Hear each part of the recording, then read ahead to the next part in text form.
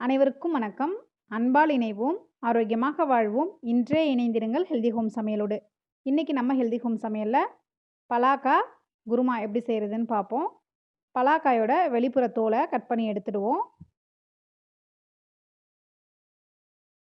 பலாக்காயை வச்சு குருமா செய்யலாம். இன்னொன்று பலாக்கா பொரியல் செய்யலாம்.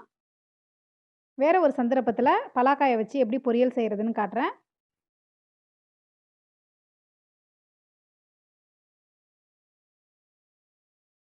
கட் பண்ண பலாக்காயை தண்ணியில் போட்டுருவோம். அப்போ தான் செவந்து போகாமல் இருக்கும். குக்கரில் நம்ம கட் பண்ண பலாக்காயை போட்டுப்போம். அது முழுகிற அளவுக்கு தண்ணி ஊற்றி உப்பு போட்டு வேக விட்டுப்போம்.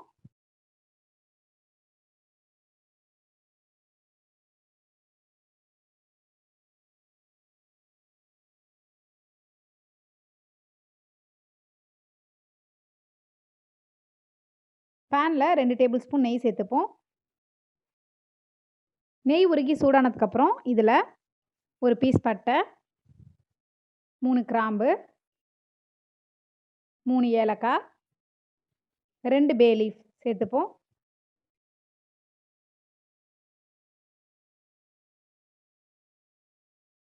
மசாலாலாம் பொரிஞ்சதுக்கப்புறமா அதில் 1 கப் வெங்காயம் சேர்த்துருக்கோம்.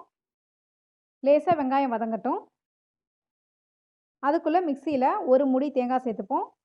தேங்காவோட 4-5 முந்திரி பருப்பு சேர்த்துப்போம். இதுதான் குருமா நம்மளுக்கு திக்காக இருக்க ஹெல்ப் பண்ணும்.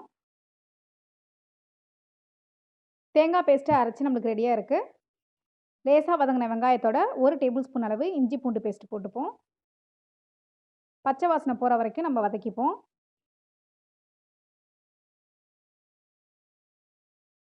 பலாமூசு வெந்துட்டு தண்ணியை வடிச்சிட்டு சேர்த்துக்கலாம். இல்லைனா இதை மாதிரி தண்ணியோடு சேர்த்துக்கலாம்.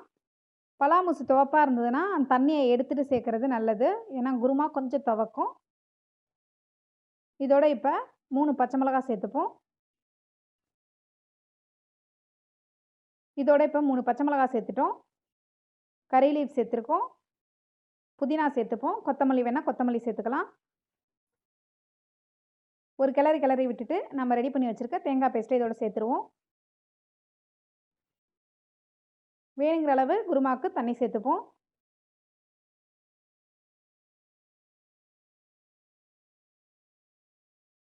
தேங்காய் சேர்த்து கொதிக்க விட்டுப்போம்.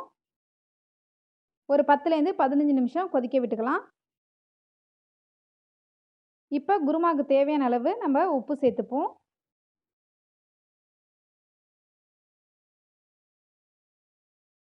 இந்த பலாமூசு குருமா வித்தியாசமாக இருக்கும். சப்பாத்தி, சாதம் எதுக்கு வேணாலும் நம்ம தொட்டுக்கலாம். இப்போ நல்ல தளதளன்னு நம்மளுக்கு கொதிக்குது.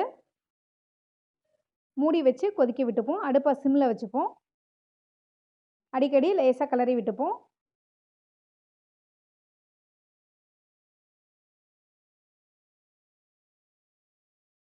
இந்த பலாக்காயை சமைக்கிறதுல 2 டெக்னிக் ஃபாலோ பண்ணலாம். நான் இன்றைக்கி பீஸ் பீஸாக போட்டிருக்கேன்.